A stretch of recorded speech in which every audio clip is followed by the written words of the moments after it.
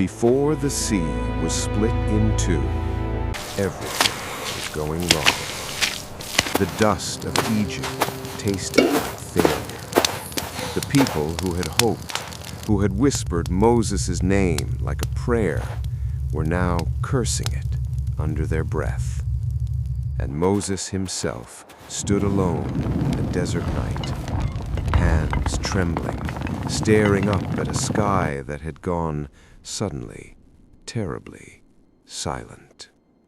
This is not a story that begins with triumph. It begins with a man walking into the most powerful throne room in the ancient world and leaving with nothing, nothing but enemies.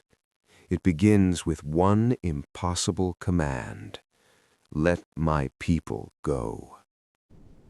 The palace of Pharaoh was not a building, it was a statement. Columns the height of cedar trees rose from polished marble floors. Painted gods watched from every wall, hawk-headed, jackal-jawed, their eyes lined in gold. And at the end of the great hall, on a throne carved from a single slab of obsidian, sat the real god of Egypt, Pharaoh. He was not old, that was the first surprise. Lean, coiled, intelligent, not a man who had grown fat on his own power, but one who had been sharpened by it. And then two figures walked toward him across that impossible distance of floor. Moses, and beside him, his brother Aaron. They were not dressed for a palace. Moses wore the plain garments of the desert, a shepherd, really. Cracked sandals, a wooden staff, the kind a farmer might use to cross a stream. But Moses' eyes were fixed on the throne, only the throne. The herald announced them with contempt. Two Hebrews, sons of slaves, who claimed to speak for their God.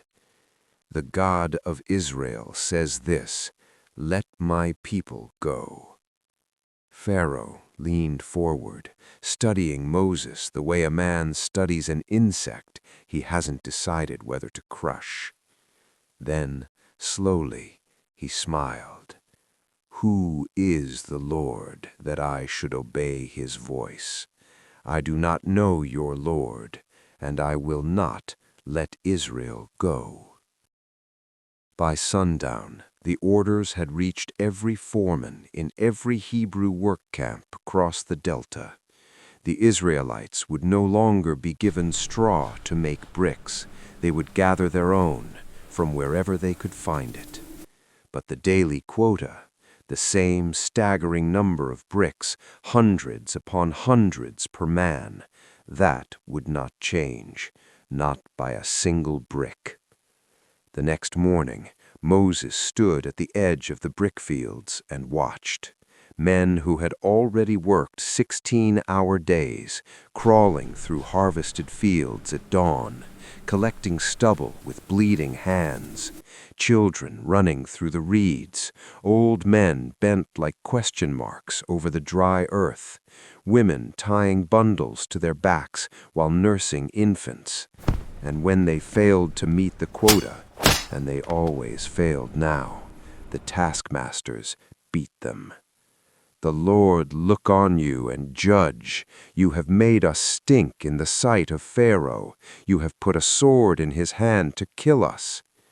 Moses said nothing. There was nothing to say. He could see it in their eyes as he walked between the fires that night. The hope he had brought them, like a lamp carried too carelessly in a high wind, had gone out. He had promised them freedom. He had given them more chains. Moses walked to the edge of the camp, past the last fire, into the open darkness, and then, because there was no one else to confront, he turned his face upward. Lord, why have you done why evil to have this you done people? evil to this people? Why did you Why ever did send you ever me? send me? Ever since I came to Pharaoh to speak in your name, he has done evil to this people, and you have not delivered your people at all." The desert gave back only wind, but somewhere in the silence between his words, Moses felt something, not a voice exactly, not thunder, but a steadiness that moved into him like a tide returning to shore. "Now you shall see what I will do." He did not know how terrible that promise would prove to be. It began with the river. Pharaoh came down to the Nile for his morning ritual. The river was wide and still and beautiful as it had always been, the source of everything Egypt was or ever hoped to be. Aaron raised his staff and struck the water. What happened next happened slowly and then all at once. The water darkened, reddened, and then the entire Nile, all of it, ran the color of an open wound. The fish died. The surface churned with them, white bellies to the sky. Pharaoh watched it with the expression of a man who has decided not to believe what his eyes are showing him. He called for his magicians. They produced the same trick, and Pharaoh turned his back on the river and walked inside. 7 days passed, and Moses stood before him again. Pharaoh refused.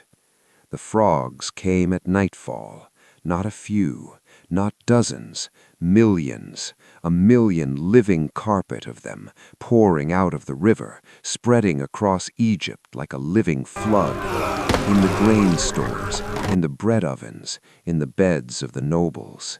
Egypt could not sleep. Egypt could not eat. "Pray to your Lord to take away the frogs. I will let the people go." Moses prayed. The frogs died. They gathered into great rotting heaps that fouled the air for a week. Pharaoh looked at the sky. The air was clear. He changed his mind. Gnats rose from the dust of the earth in clouds so thick people could not see their hands in front of their faces. The magicians tried and failed and came to Pharaoh wide-eyed. "This is the finger of God." Pharaoh looked at them with contempt and sent them away. Flies descended on Egypt like a black buzzing curtain, but not in Goshen, where the Israelites lived. The border between the two peoples was perfectly, impossibly clean. Livestock fell in the fields. Boils broke out on the skin of every Egyptian. Hail came with thunder that shook the foundations of temples. Lightning ran along the ground. "I have sinned. The Lord is righteous, and I and my people are wicked." It was the most honest thing Pharaoh had ever said. Moses prayed. The thunder stopped. The hail vanished. And in the silence, Pharaoh made his choice. He hardened his heart again. Locusts came on an east wind and ate everything the hail had left. Then came the darkness. 3 days of it, absolute and total. A darkness that could be felt, pressing against the skin, filling the lungs. Egypt stopped. "Get away from me. Never see my face again. The day you see my face, you will die." As you say, I will never see your face again. But there is one more plague, and after it, you will not merely let us go, you will drive us out. That night, the firstborn of every Egyptian household died, from the palace to the prison.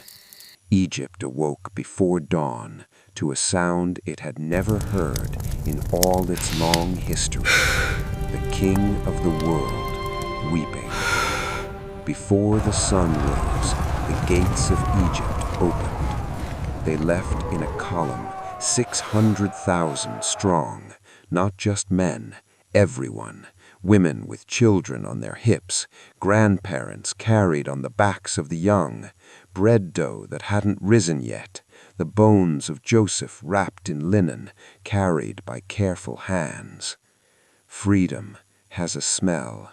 It smells like dust and animal sweat and bread baked over campfire and the faint salt edge of a distant sea.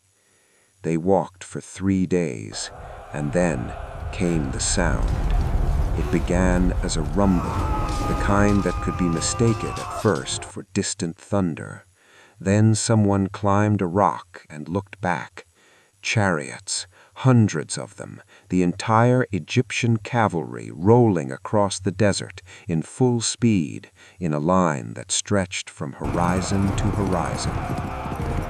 At their head, his robes streaming, rode Pharaoh.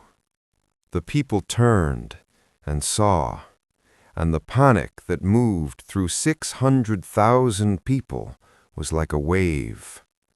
Was it because there were no graves in Egypt that you brought us out here to die? It would have been better to serve the Egyptians than to die out here. Do not be afraid. Stand firm. See the salvation of the Lord, which he will work for you today. The Egyptians you see today, you will never see again. Moses walked to the edge of the water. The sea was dark, the waves small, lapping at the sand with an indifference to human suffering that was almost insulting. He stood there for a long moment, the wind off the water moving through his beard, the staff in his right hand, the whole impossible situation pressing down on him from every direction. And he raised his staff over the sea. The wind came first, not a gust, a force, a wall of air that hit the surface of the water and drove it back, a sustained, howling eastern wind that didn't stop, that kept coming, and the water began to do what water has no business doing. It divided. First the surface churned, then the water began to pull back from the center, slowly, then faster, like a curtain being drawn by some enormous invisible hand. The sea floor appeared, wet sand, dark and packed firm, scattered with the shells and strange flat rocks of the deep. The water rose on either side, climbing into 2 great vertical walls that held, trembling, roaring, contained by nothing visible, nothing that made any physical sense. A canyon cut through the sea. Moses stepped forward onto the wet sand. He turned back and looked at them. Walk. And they walked. 600,000 people moved through the parted sea in the dark of night, flanked on both sides by walls of water that caught the firelight of their torches and glowed with it, deep green and churning and alive. The children pressed close to their mothers. The old men kept their eyes on the ground. But somewhere in the middle of that passage, somewhere in the long walk between the water and the water, the fear began to change into something else, something that felt cautiously like awe. They climbed out onto dry ground and turned to look back. The Egyptian army plunged into the corridor. The chariots were fast, and for a moment it seemed they might make it, but the wheels began to stick. The sand softened beneath them. The horses stumbled, sensing something the riders could not. Let us flee from before Israel. The Lord fights for them against Egypt. It was too late. Moses raised his staff. The water came back, not slowly, not like a tide. It came back the way it had divided, with impossible speed, the two walls collapsing inward simultaneously, the sea reclaiming the space it had surrendered, and the sound of it was the sound of the world being reset. The sea was still. The corridor was gone. The army of Egypt was gone. Not a chariot remained. The sun rose, and in the new light, the Israelites stood on the shore of a sea that had just done the impossible for them. Someone began to sing, a woman's voice, high and clear, cutting through the morning air, and then others joined, tentatively at first, then with the full-throated recklessness of people who had just survived the unsurvivable. And the song spread down the shore like fire through dry grass.